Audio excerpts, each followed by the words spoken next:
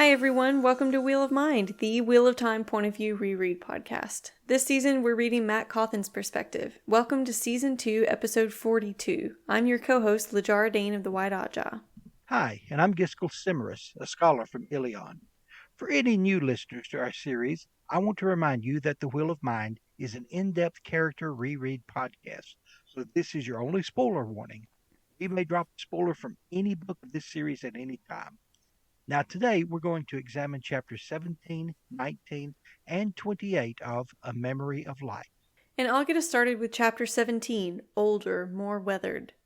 Matt wakes up confused, hearing voices and wondering why the innkeeper let people into his room. As it turns out, he's not in an inn at all, but still in the garden from our last chapter, and Death Watch guards are chatting away with Tuon, though she and Matt are still undressed. Tuon is completely unconcerned by this situation, as the guards are just doing their jobs. Apparently, they caught another assassin, and are asking for training in spotting gray men as well. The assassin that they dragged to her as she and Matt dress turns out to be Rand, looking older, more weathered. Tuon calls for Damane, and Rand thanks Matt for leading him to her. This comment causes Tuon to believe that Matt has betrayed her, and she uses the Damane to wrap him up in flows of air and shield Rand. Matt is confused about the power being used on him this way. It turns out Tuon had taken his medallion without his noticing. The Suldam, through the Damane, lets Matt down to the ground, but he's still wrapped up in flows of air, and he and Rand begin to catch up on each other's recent accomplishments. Rand seems to think nothing can top the Dragon Reborn's resume, but Matt has an answer for everything and appears unimpressed by even the cleansing of Sidene. After all, the damage from the taint has already been done anyway. But aside from that, Rand looks like he's taking good care of himself. Matt thinks, "Oh, really? You're not going to rib me about my fancy coat like last time?" asked Rand. "Of course not. That was years ago," insists Matt. How dare Rand be so ungrateful for Matt being at his beck and call, fetching Elaine just as he was ordered. "Anyway, just let me do the talking," Matt said, but Rand bulldozes right past that to address the daughter of Otter Hawkwing, he calls Tuon. Tuon leads with the proclamation that Rand will be taken to Seanchan, and Matt finds himself proud of his empress, yet hoping he'll survive this situation, and testing the bonds of air that still hold him. Rand answers much like a king when Tuon accuses him of being a resisting ruler who has forgotten his oaths, just like the rest of them in these lands.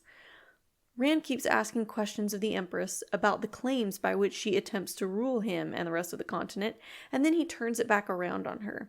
If she claims the right of rule through Hawkwing due to his unification of the continent, even more so should she respect the Dragon Reborn, who ruled a unified continent before Hawkwing. And I'm going to quote directly from it. In this case, Rand said, voice growing crisp like a battle horn, "I am Lews Therin Telamon the Dragon. I ruled these lands, unified during the Age of Legends. I was the leader of all the armies of the light. I wore the ring of Tamerlane. I stood first among the servants, highest of the Aes Sedai, and I could summon the 9 rods of dominion." Rand stepped forward. "I held the loyalty and fealty of all 17 generals of Dawn's Gate. For Tuona Athayam Devi Pendrag, my authority supersedes your own." End quote. Tuon watches him, mouth open in horror, as thunder claps and grass and trees grow up around Rand, despite the fact that he is still shielded from Sidene, according to the Suldam. Matt caught him singing, and briefly steals his thunder a bit by calling out which folk song he thinks he's hearing. The Suldam and Damane are so shocked that they drop their bonds of air holding Matt.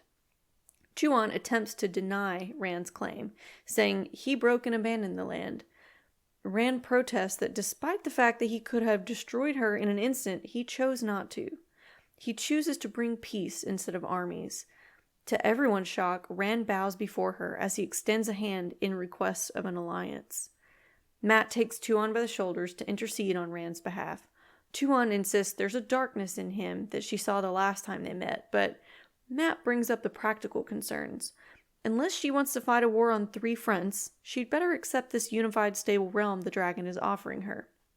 She begins to negotiate with Rand. He agrees that she can still hold Amadisia, Altara, Tarabon, and half of Almouth Plain that she currently controls. Reluctantly, Rand also cedes to her demands to keep Damane. The Seanchan will be allowed to keep the damane they currently hold, but will not be allowed to take any from their allies in the last battle, nor from any nations that they do not control afterward. The documents are drawn up, and Tuon starts to take Mat to prepare the Empire for war. But just before that, Mat and Rand both reflect on how shocked they are that this treaty was made, and how Mat is not the only unusually lucky one of the pair. Mat gets in one last shot, though, of their one-upmanship game from earlier. I saved Moiraine. Chapter 17, Older, More Weathered, ends with Rand laughing as he walks away. Oh, this is another one I've been looking forward to covering in our podcast. Oh, same. Um, yes, and for some odd reason, I didn't really recall the details of this one from my first read through. Again, I'm wondering where my mind was when I read through the uh, the Wheel of Time the first time. It's only been 3 or 4 years, but and so many things have faded away. But on this current reread, when I got to this point, I was just fascinated with it all over again. I do like their little you called it the game of one-upmanship. I think that was awesome. Awesome way to word it. Well, I've done this and I've done that, and you're missing a hand, you're missing an eye. They keep going back and forth with the things they've done, and to me, this probably does more to heal the, the distance they've had between themselves for so long. Because this is two guys who can cut up with each other because they're friends again. They're not having to be too serious. And I think part of this is something, they want respect from each other. But part of it is, okay, yeah, we can relax and we can have a little bit of fun here because we're both still friends. I think this came about through Matt's understanding that Sidene had been cleansed because he has no desire to be around Rand, even though he's concerned about Rand. He has asked people about him. He's at times studied him through the swirls of colors when he thinks about him, but he really does not want to see his friend degenerate into a raving lunatic. He just cannot stand the thoughts of that. Now that the threat of that has passed, or largely has passed, I find it just so fun and interesting that they can start this little game back and forth, and I really enjoyed that part. Yeah, Mat really doesn't admit out loud or even very explicitly to himself that that's why he can now feel more comfortable around Rand. But the fact that Sidene is cleansed surely has something to do with it. But Mat actually makes a good point that it doesn't make. It only makes so much of a difference for the people who have already been using it. He's still a little mistrustful Right. Oh about yes. anything to do with the power, of course. He's just always going to be kind of superstitious about that because he doesn't understand it. He doesn't have access to it. Um, Right.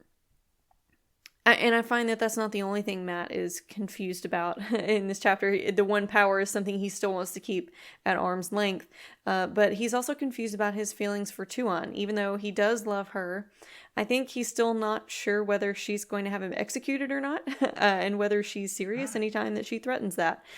He thinks in this chapter about what he can do to try to avoid a silk cord around his neck, but just about in the same moment, or almost immediately after, feeling very proud of her for being a good empress when she speaks very regally to Rand. So it's interesting to see how his alliance has already started to shift more in her direction. He's thinking of himself as allied with the Seanchan more than he used to be, and at least having a very strong respect for them. And it reminds me a lot of what we saw in the other direction, that admiration that Tuon started to have for him when he started his guerrilla campaign against the Seanchan forces that had been sent to kill her. Um, and this was right around the time they were traveling with the circus and everything, while she was still his captive. So it's a little different because Mat's not looking on while his own people are being killed, and still being somehow in admiration of the tactics in the way that she was. But she considers Rand an enemy, and Mat is still kind of in awe of how she speaks to Rand and how she seems to sort of viciously defend her empire. It's this small shadow to me of how she started to feel for him while she was in his captivity. Mm, yes. And looking back, I know we're not studying Tuon in this, but looking back, I wondered just how shocked she really was to discover. who Matt was. Mm-hmm. He was the man, the red hand, as the had been foretold by the demone, the man who remembered Hawkwing's face, because it's almost as if he kidnaps her, he makes his declaration. She is already intrigued by him, but I don't think she really understood that he was that guy at first. Yeah. And then she kind of takes a chance on him, goes along with things, and then keeps discovering all these little things about him. So I wonder just how much shock she has been in at different times, because we see from Matt's point of view that he is shocked by her at different. Mm-hmm. But uh, you know, we see him overcome that, and again they grow closer and closer through that. But it's almost a shock of, wow, this person is worthy of my attention. This person Yeah. is worthy to fall in love with, and I never thought I would really find anyone that way. From both perspectives, even though they approach it very differently, their idea of love is very different. Their needs and desires are different. With Tuon, she needs someone who is going to be good for the Empire. The good of the Empire goes far above and beyond her own wishes and desires, and falling in love is secondary or tertiary to that. Yeah. But I know she's pleased that she can fall in love with the man whom she's going to marry, and that he will be good for the Empire. And I think those are the things that shocked her. The things that shocked Matt are just how capable Tuon is, because Matt doesn't really view women much. I'm trying to figure out how to say this. He tends to view women more by how they look Yeah. rather than what they can Definitely. accomplish and what they can do. And with Tuon, he started out thinking, if she's not really very pretty, not really very desirable, she's kind of boyish or childish in her look and in her physique. But the more he finds out about her capabilities, the more impressed he is with her. And they they come at each other from totally different directions. But I still find that little bit of shock and that little bit of surprise, and then that little bit of um, fun appraising of one another. This is really what I would look for in someone. Didn't see it at first.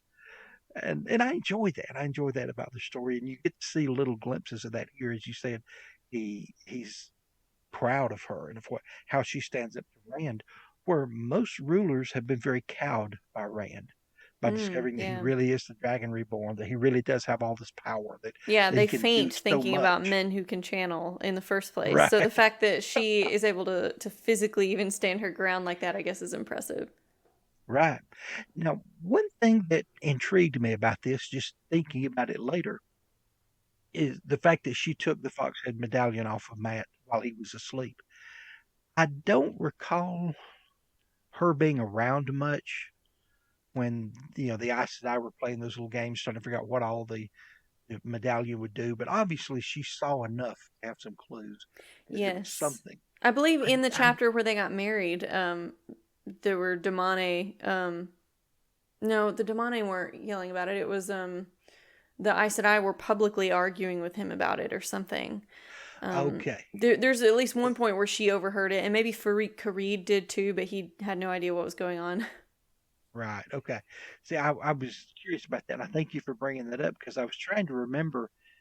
I know that I said I knew he was kind of proof against the one power, and they were playing those games, but I couldn't remember the medallion having been mentioned to on Tearing, but that is when it happened. I had just forgotten that. So she was again that shrewd part of her on the lookout. What's going to be best for the Empire? Mm-hmm. And let me try this on. Let me see what this is like. This is a fun piece of jewelry. I wonder if she even considered keeping it for herself, Yeah. because that would make her proof against attacks of the one power. We don't really know. I would have found it interesting if he would have slipped her one of those copies that Elaine had made. Mm-hmm. Perhaps later, hey, I got one now. You've got one too. You wouldn't have to Yeah. know it was an inferior copy. Well, I think he tried to in later chapters, but she just gave them all back. And I think partially that's because if she has one on her person and she's critically injured and can't communicate, a demonic couldn't heal Ah, her. She probably wants, right, right. because she's talked about how some people are superstitious and wouldn't want the power to touch them for healing, but that she recognizes its usefulness. Yes, yeah, most Seanchan are definitely against that. They would not think of letting Damani use that power on them to heal them. But again, she is a very practical person. She Mm-hmm. is extremely practical.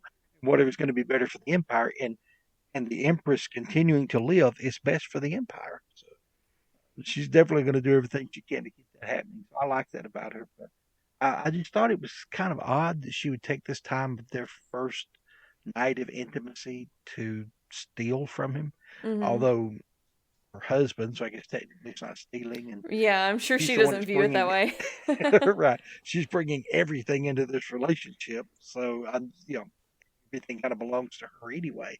So I'm sure she didn't really view it as stealing, but it just seemed like an odd time to just take it without asking. But it really did work well in the story because now at this point she can she can have more confidence in facing Rand because not only is this dragon shielded, but even if he had some way to access the power, there's nothing he could do to her.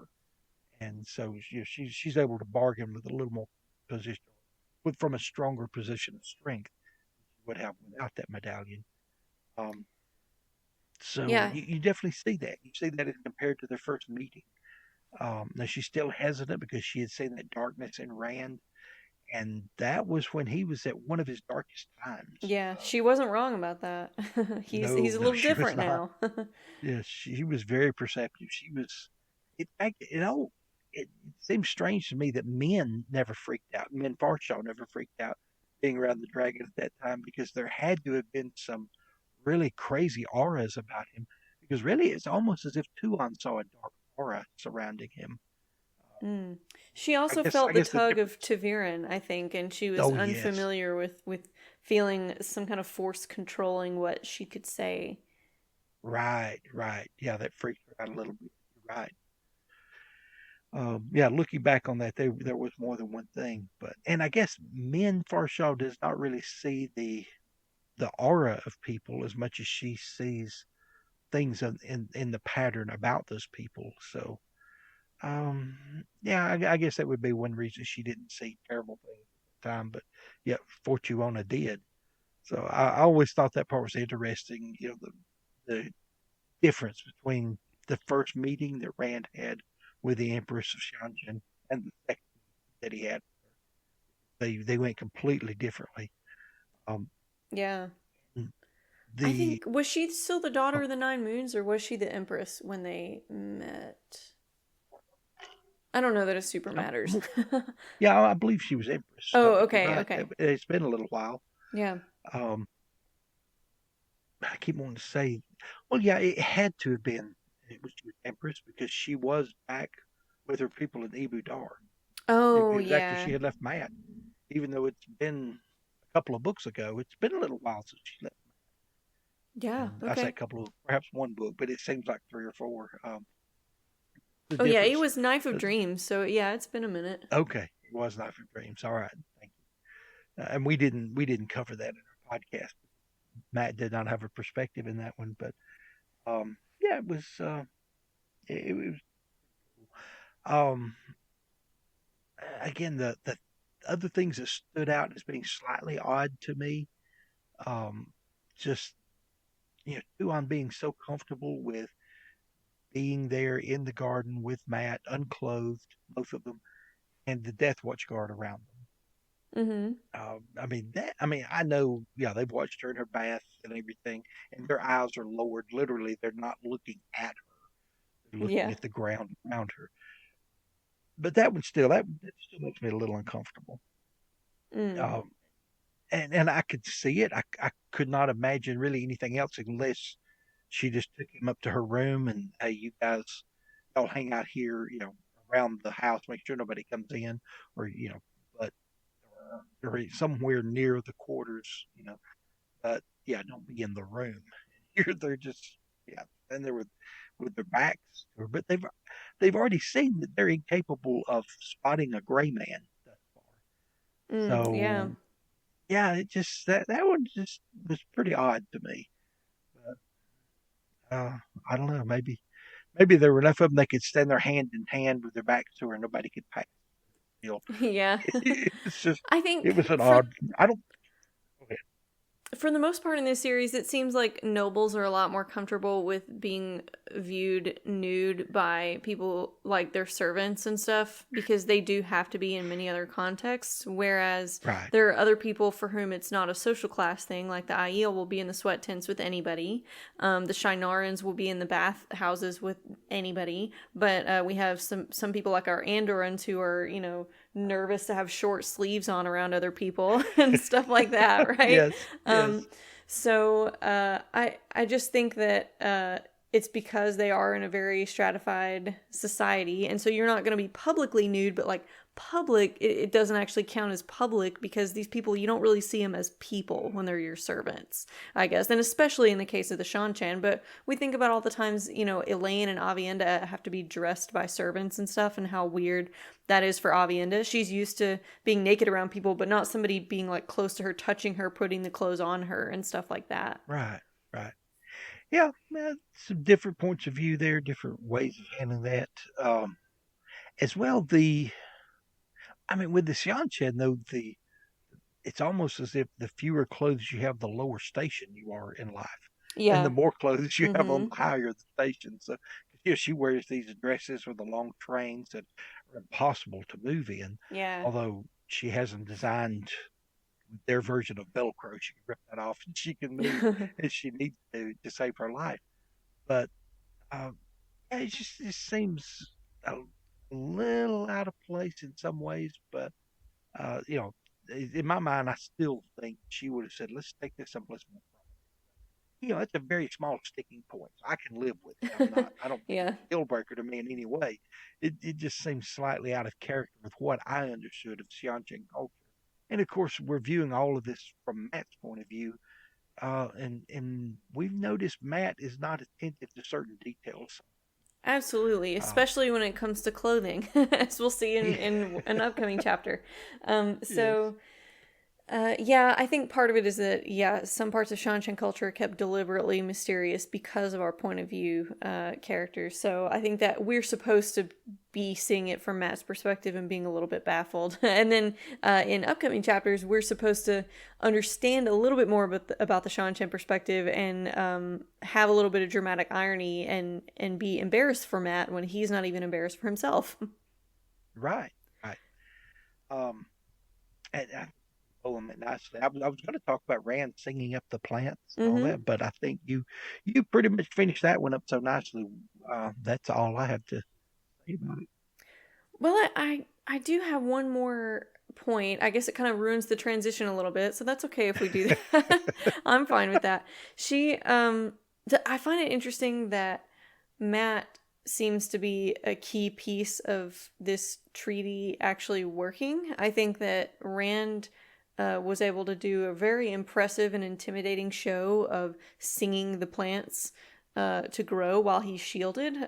But at the same time, Tuon was still able to say something like, well, you as the dragon abandoned the land, so maybe I don't recognize your right to rule, even as dumbfounded as she was. But Matt was there to intercede and speak for him. And Rand seems to think that that was an important piece as well. I think Matt's Taviran luck was important to this deal going off. I think the level of trust that he's built with Tuon now, where um, she's still going to act in her own, in the Empire's interest and stuff like that, where it seems like she's not trusting him that well, like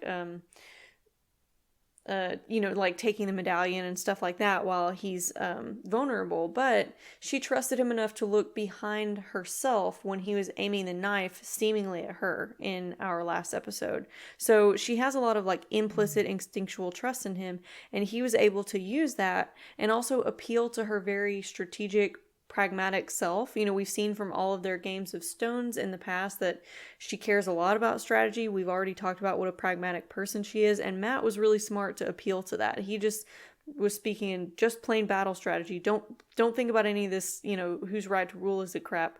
You're going to have a war on three fronts if you're not careful. So why don't you just take this gift that the dragon is handing you? And she sees the sense of it when he says that.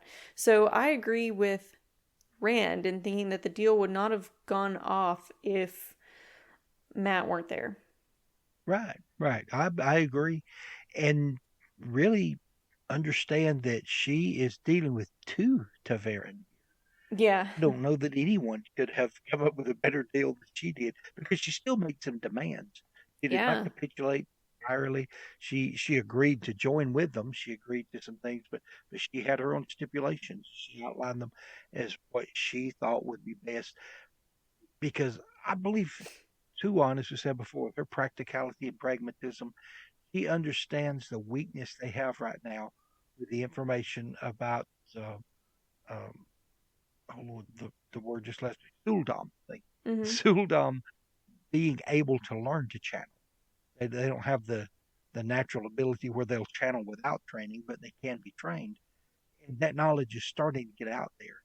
And I think she understands just how much damage that can do. Yeah. As well, back home, the Seanchan continent is in an uproar of civil war and strife. And basically, she's found something that she can hold on to. Made her demands about not giving up any of the damane that they had already taken, because again, that's a weak point for them. And had she done that, if she capitulated there, it's very possible everything they had would have fallen apart. They would have ceased to be able to take damane, and it would have changed too much about their culture. And I think she foresaw what damage that could do. So Yeah. she wanted to hold fast to something, and that was enough. That's one thing. We're not going to give up anybody we've already captured and taken. Now we'll agree not to take any more from among our allies, but that's as far as we're going to go. And it's not something I liked. It's not something Right. Rand liked. Yeah. It seems that Matt didn't like the deal.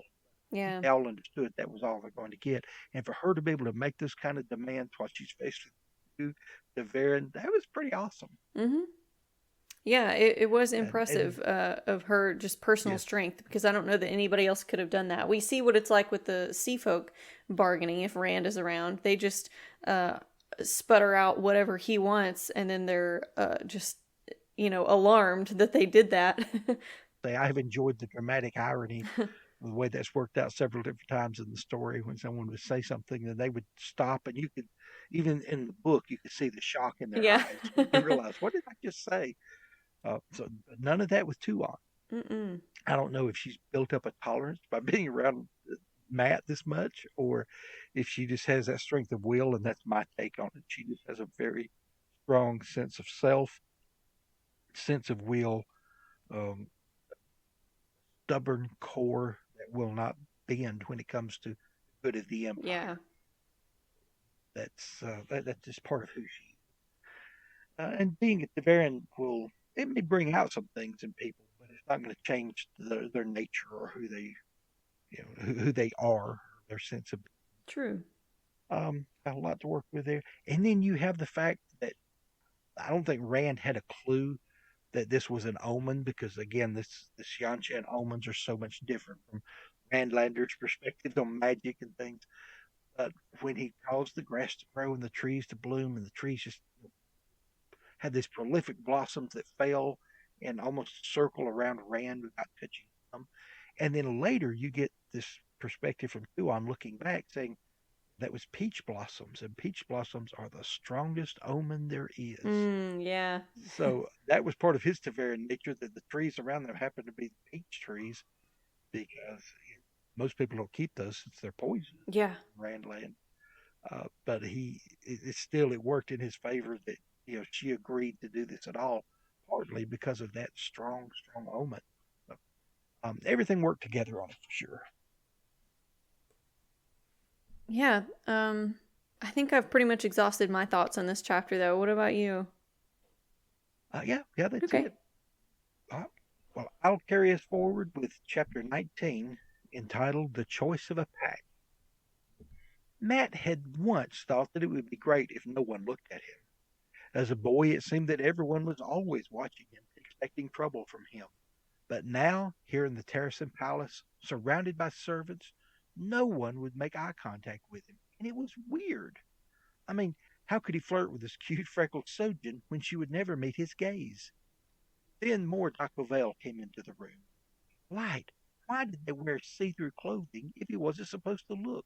I mean, Matt was married, but he was not going to grow husbandly. Then another Sojin entered, this one more matronly, carried herself as a woman with authority. It seemed that Nata was his personal tailor, and she was not shy about making clothing decisions. She began rattling off about color, cut, and style to her Decauville workers, and ordered that one of them burn his hat. Now, after Met threatened to see if she could fly from a 4-story window, she relented and just had his old clothes put away instead. That meant the clothes that he was wearing, too. But she distracted him from having servants undress him. It bothered him a little, but not too bad, by revealing a large jewelry box filled with a fortune, emeralds, rubies, and fire drops. I don't mean a small fortune. Then came the measuring and draping with fabrics. Pat's only command was that she limit his clothing to military attire only. Anything else could wait till after the last battle. He wanted to say more, but especially when he noticed that the Seanchan did not put much lace on their clothing, but he really didn't want to complain. Quote, nobody liked a complainer, least of all Matt. End quote. Then she distracted him again, this time with a box of eye patches. Matt picked the one that had the least jewels on it, only 2 thin rubies, one on either side. Then they draped him in some temporary military clothes that they had brought, layer upon layer of silk, ending with some wide, stiff shoulder pads that looked absolutely ridiculous. Matt thought at first they were playing a trick on him until he saw other men of the royal family wearing similar garb. Then they draped jewelry upon him, mostly rubies.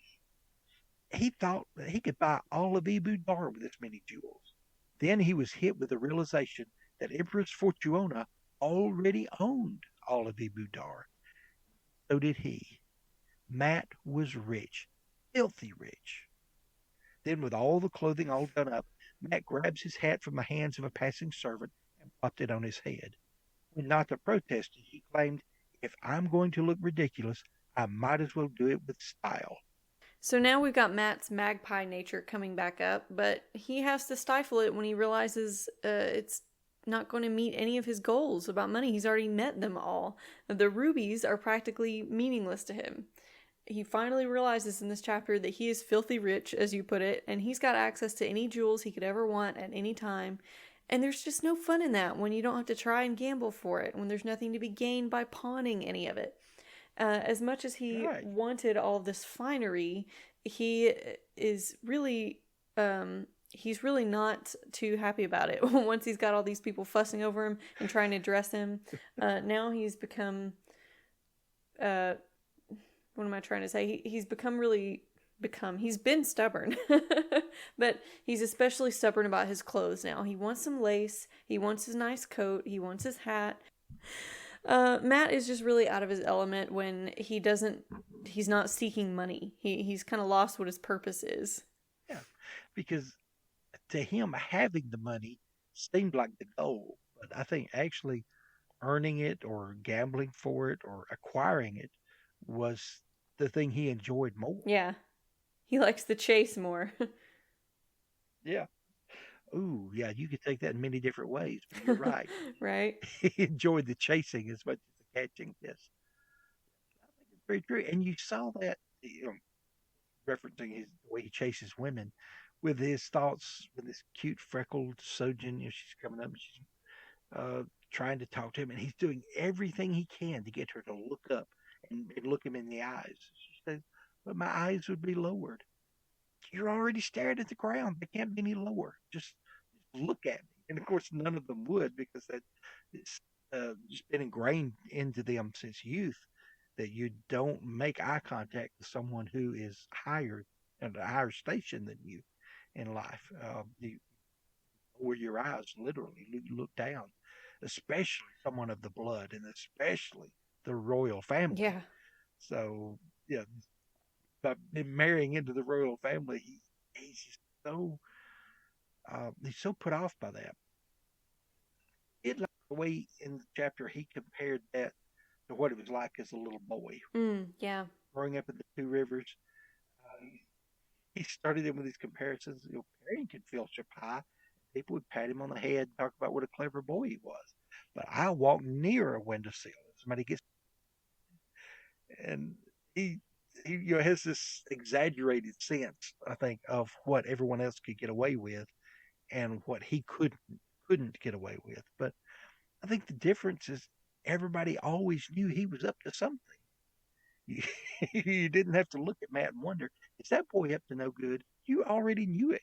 You just had to figure out what that no good was. Yeah. Yeah, I don't buy it that So, Perrin could actually get away with a lot more than him, and people would just unfairly scrutinize Matt. I'm sure he's earned it. right, right. Oh, yes. This is just from his perspective. Yep. It's just that as innocent as could be. I mean, it was practically expected that a boy would feel high here or there.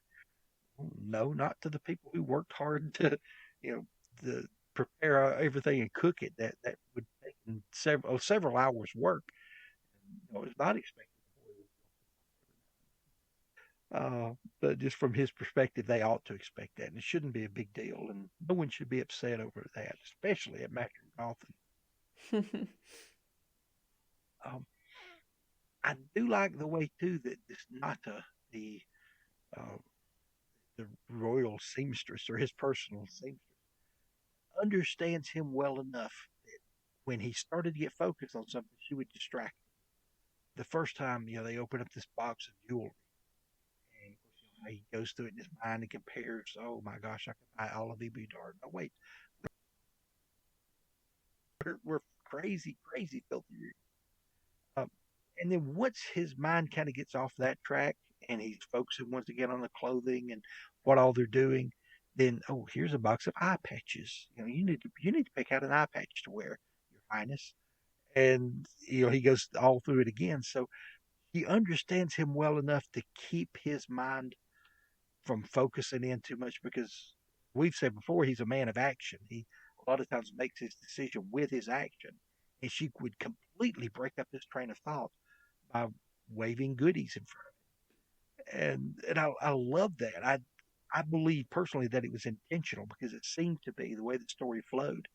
He would start focusing in on one thing and then, oh, look at all this. He doesn't know what to say. He's speechless, and they keep measuring and taking clothes off of him or whatever they're needing to do at the moment without him interrupting, distracting. I'm just going to assume that Tuon probably tipped her off. Here's what you need to do to deal with Matt. Oh, yeah, yeah. Um, Oh, that makes a lot of yeah, sense. I guess two of the things that I did want to state real quick. One is Mm-hmm. he didn't mind them undressing him, the servant undressing him. I guess he'd gotten used to having a manservant, and these aren't people he knows, but he's kind of okay with the idea until they went for his small clothes, and he made that statement to one Yeah. of the Taco Bell is, "You'd be real funny without any fingers." Now, of Uh-huh. course, the guy being Seanchan, he took that literally. Matt didn't mean it Yeah. literally, but the guy took it literally. He backed away. No. Okay, yeah, we got our limits here, and that's the limit. Um, but just what to Matt is an offhand comment could be life changing, debilitating, you know, basically death to a Daco Vale. And Matt doesn't even realize that. The social implications of what he said just went right over his head. Um, Yep. yeah, so he just threw that out there.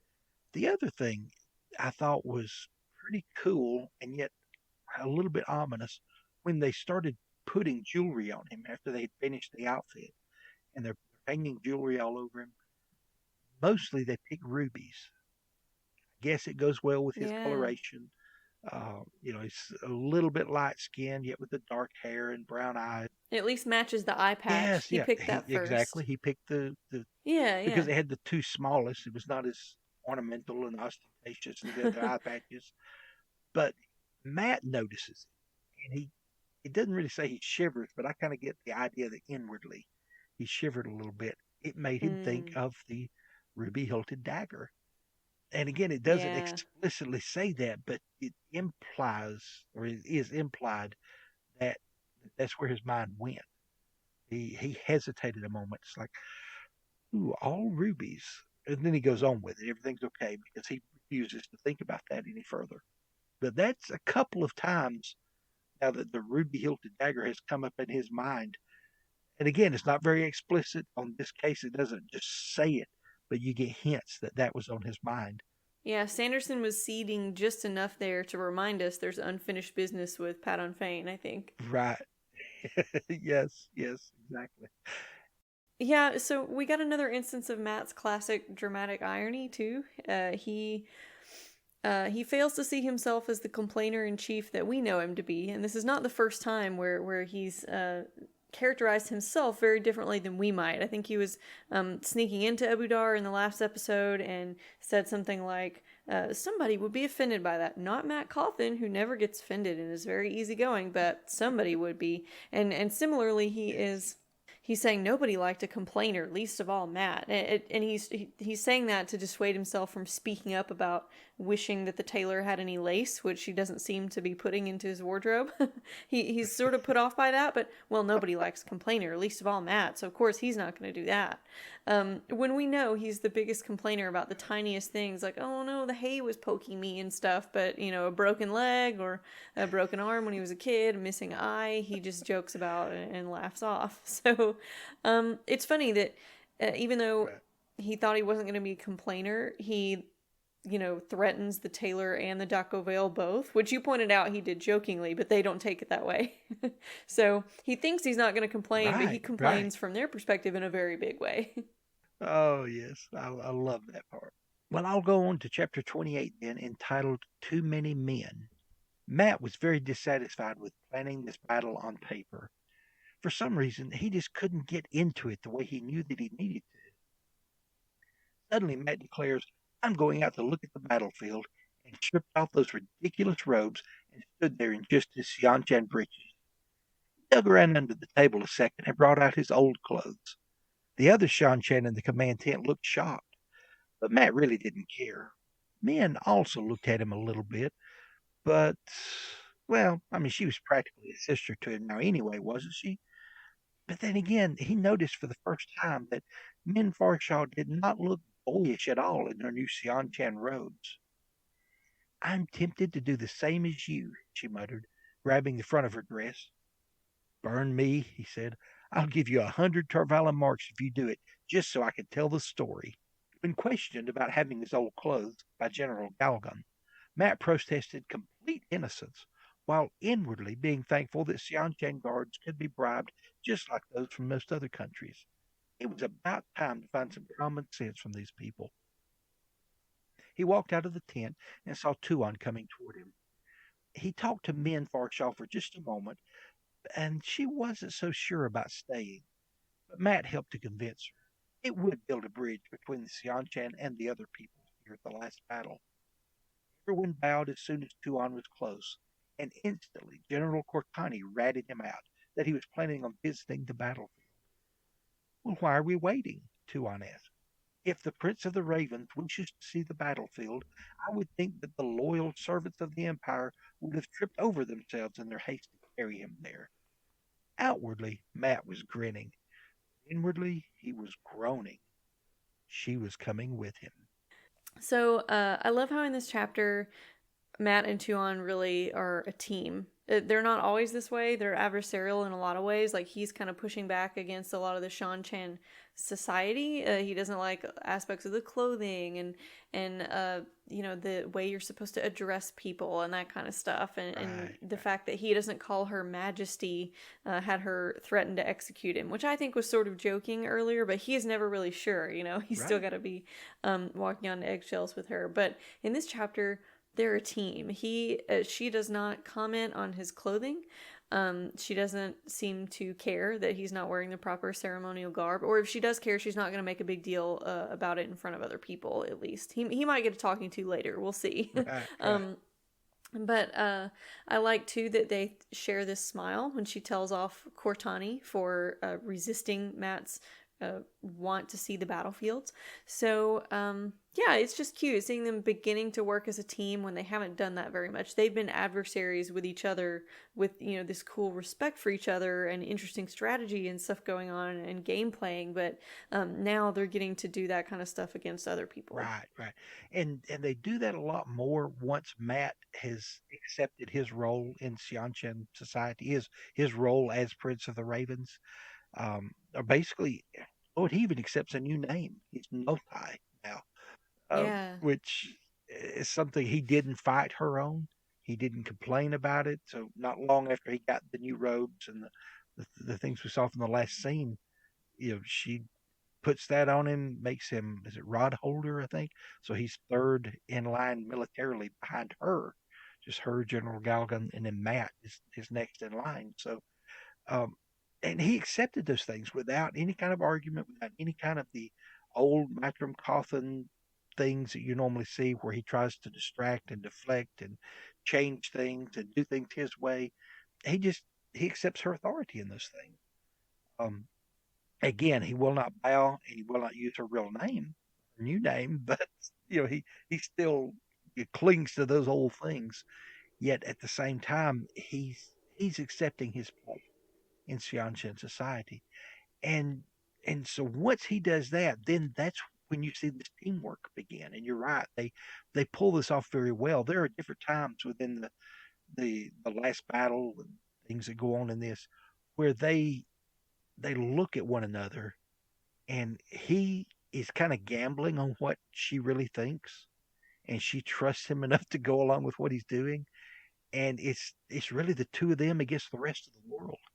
And I love that for what that means to his character, the ways he has had to grow in order to achieve that and become that kind of person who can, again, I want to say trust her.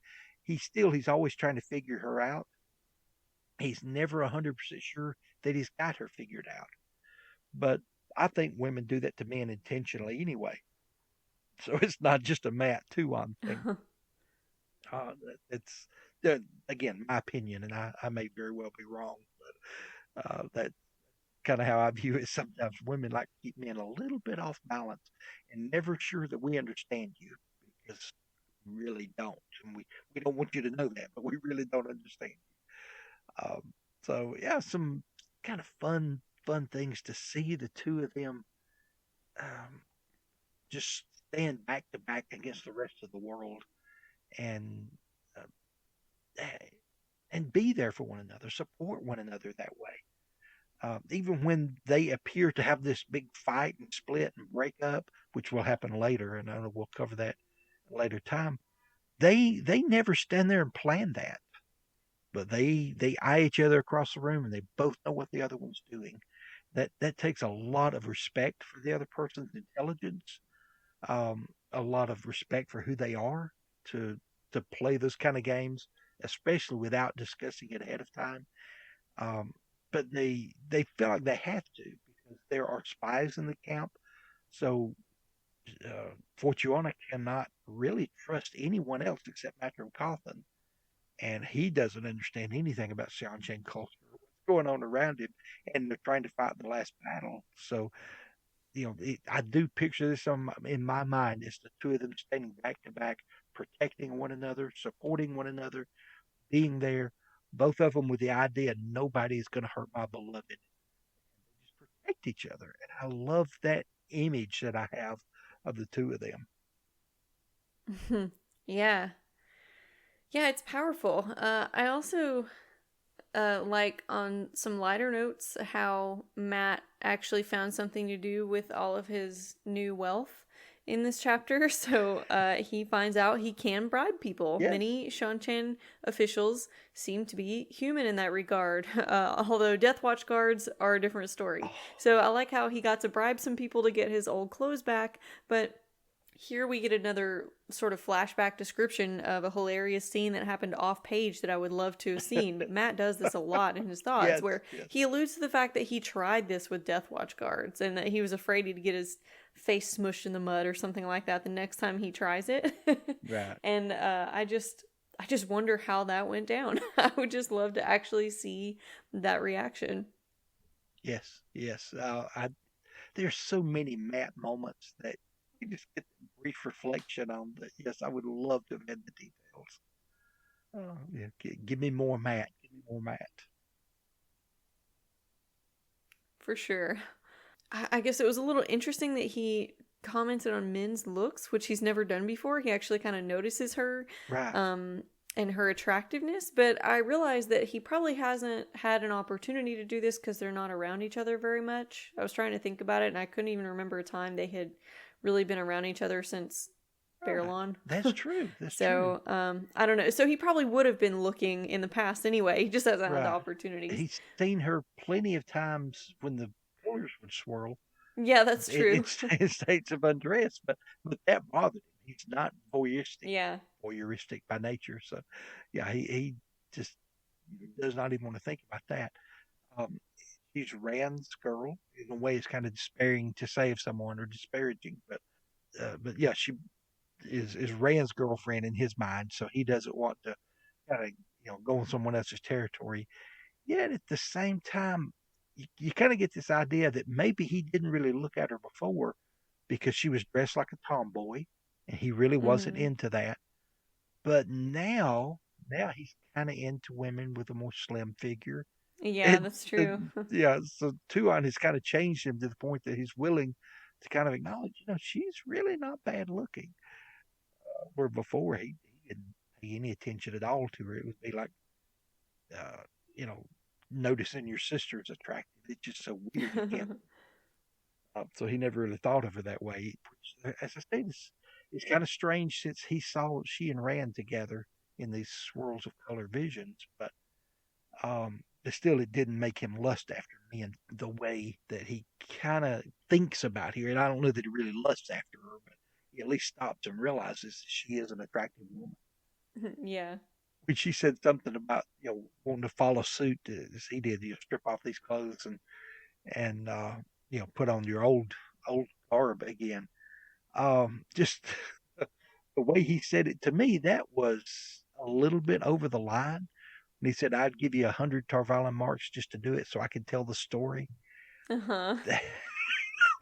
that, that was a little bit over the line because I A don't know little that bit, really, yeah. she wanted to go topless so much like he did. But uh, so, yeah, in today in the workplace, that would make people uncomfortable. That gets you a visit to HR and a discussion For with the sure. boss. But or it should. It should. Let's put it that way. No, I was going to say, just it makes me so uncomfortable. I'm stammering trying to I talk. know, right? I mean, it Yeah, wasn't yeah. overtly sexual harassment, but it's just like you took it a little further than she was willing to take it. That was just not the time to do it, buddy.